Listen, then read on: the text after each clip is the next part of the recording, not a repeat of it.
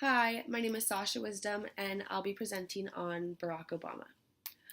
Obama was our first African American president and is a very inspirational figure. Despite the racism that exists in America, Barack has managed to be extremely successful. He gave communities hope and inspired them by breaking the barriers in American politics. Prior to and post being the president, Obama has been an advocate for minorities and the poor and has used his success to bring awareness to issues touching on race and class, democracy, and civil rights, and much more. Barack Obama was born in Honolulu, Hawaii on August 4th, 1961. Obama is biracial and his father's name is Barack Sr. and his mother's name is Ann Durham. Barack Sr. is from Kenya and Ann is from Kansas. Barack Sr. was the first ever student from an African country to go to the University of Hawaii. Barack Sr. was also a member of Kenya's Luau ethnic group, many of whom played a key role in Kenya's struggle for independence. His mother, Ann Durham, was from Kansas and her ancestors were anti-slavery activists. Funny enough, the Durhams were very accepting of Barack Sr., but Barack's family back in Kenya was not accepting of his marriage to Ann. Because of this, when Obama was 2 years old, his parents divorced. His mother remarried a man from Indonesia, and at 6, him and his mother moved. However, at 10 years old, Obama moved back to Hawaii to live with his grandparents. He was sent to a prestigious school in Honolulu, where he wasn't always the best student. Instead of studying, Obama would spend hours on the basketball court with his friends and even admits to experimenting with marijuana and cocaine. He graduated from this prestigious school and went to Occidental College in LA. Obama decided to get serious about his studies, and midway through, he transferred to Columbia University in New York City. He got an undergraduate in political science and became a community organizer in Harlem. After realizing he could not afford to live in the city with a job that paid so little, he moved to Chicago to work for a church-based social services organization there. The group was active on the city's south side, which is one of America's most impoverished urban communities. He decided that it was time to move on, and he applied to Harvard Law School and was accepted. In 1990, he was elected president of the Harvard Law Review Journal. He was the first African American to serve in the post, which basically assured him of any career path he chose after graduation. Obama was offered jobs from top Manhattan law firms with starting salaries that neared 6-digit ranges. He decided to instead return to Chicago and work for a small firm that specialized in civil rights law. Obama's other reason for returning to Chicago was Michelle Robinson. The two began dating while he was in Harvard, and in 1992, they were married. Obama also considered Chicago a place from which he could launch a political career. He became active in a number of projects.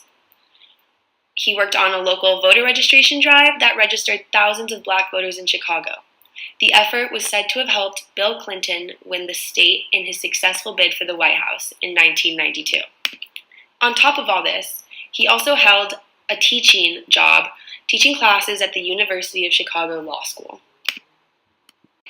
Dreams from My Father tells the story of Obama's struggle to understand the forces that shaped him as the son of a black man and white woman. His father left Hawaii due to his family's disapproval of Ann when Obama was just 2. So he only knows things about his father that he's been told. The realities of race and power reassert themselves through his father's departure. And Barack realizes the fears and doubts that exist not just between the black and white worlds, but within himself.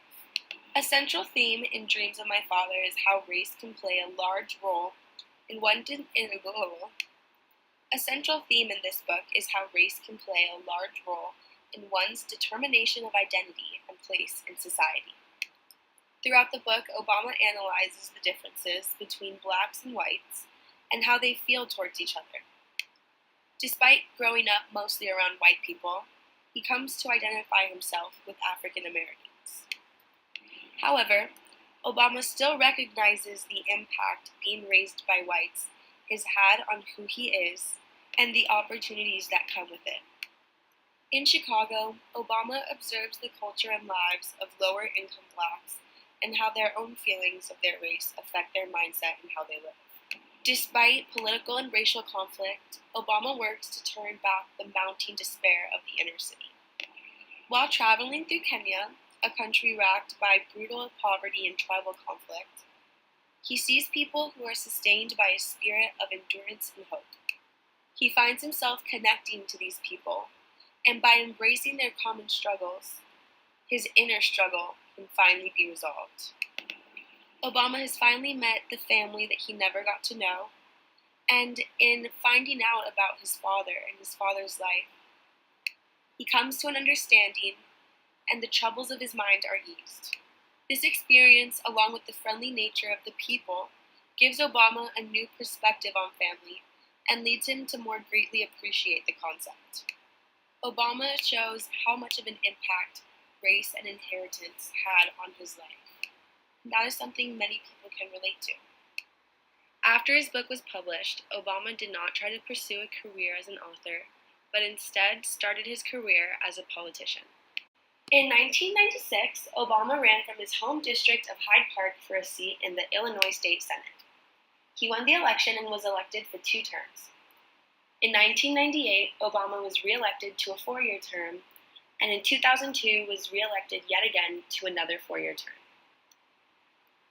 Obama had a very successful career in the Illinois State Senate. He championed a bill that gave tax breaks to low-income families and expanded a state health insurance program for uninsured children.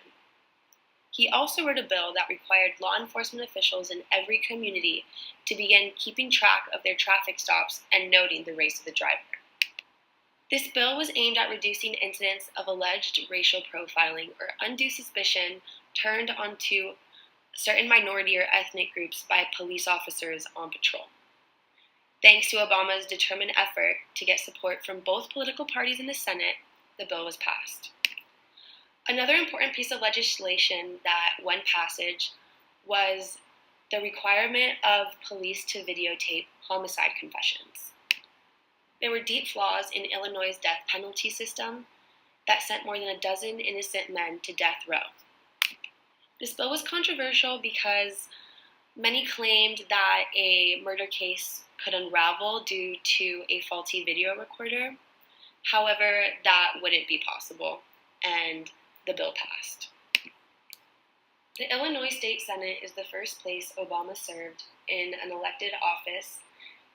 It was his longest held political position, and was also the perch from which he launched his U.S. Senate bid. We hold these truths to be self-evident, that all men are created equal, that they are endowed by their Creator with certain inalienable rights, that among these are life, liberty, and the pursuit of happiness. That is the true genius of America. We're blessed, believing that in a tolerant America, your name is no barrier. What we think, write what we think without hearing a sudden knock on the door. That we can have an idea and start our own business without paying a bribe. That we can participate in the political process without fear of retribution, and that our votes will be counted, at least most of the time. Go into any inner city neighborhood, and folks will tell you that government alone can't teach our kids to learn. They know that parents have to teach, that children can't achieve unless we raise their expectations and turn off the television sets and eradicate the slander that says a black youth with a book is acting white. They know those things.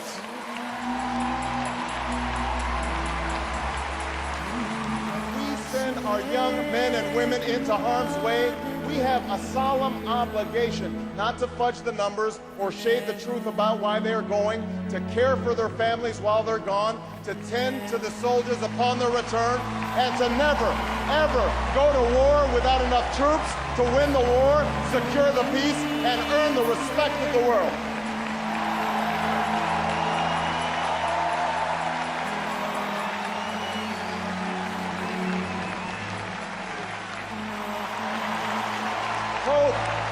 Hope in the face of difficulty, hope in the face of uncertainty. the audacity of hope. In the end, that is God's greatest gift to us, the bedrock of this nation. Alongside our famous individualism, there's another ingredient in the American saga, a belief that we're all connected as one people. If there's a child on the south side of Chicago who can't read, that matters to me even if it's not my child. If there's a senior citizen somewhere who can't pay for their prescription drugs and having to choose between medicine and the rent, that makes my life poor even if it's not my grandparent. If there's an Arab American family being rounded up without benefit of an attorney or due process, that threatens my civil liberties.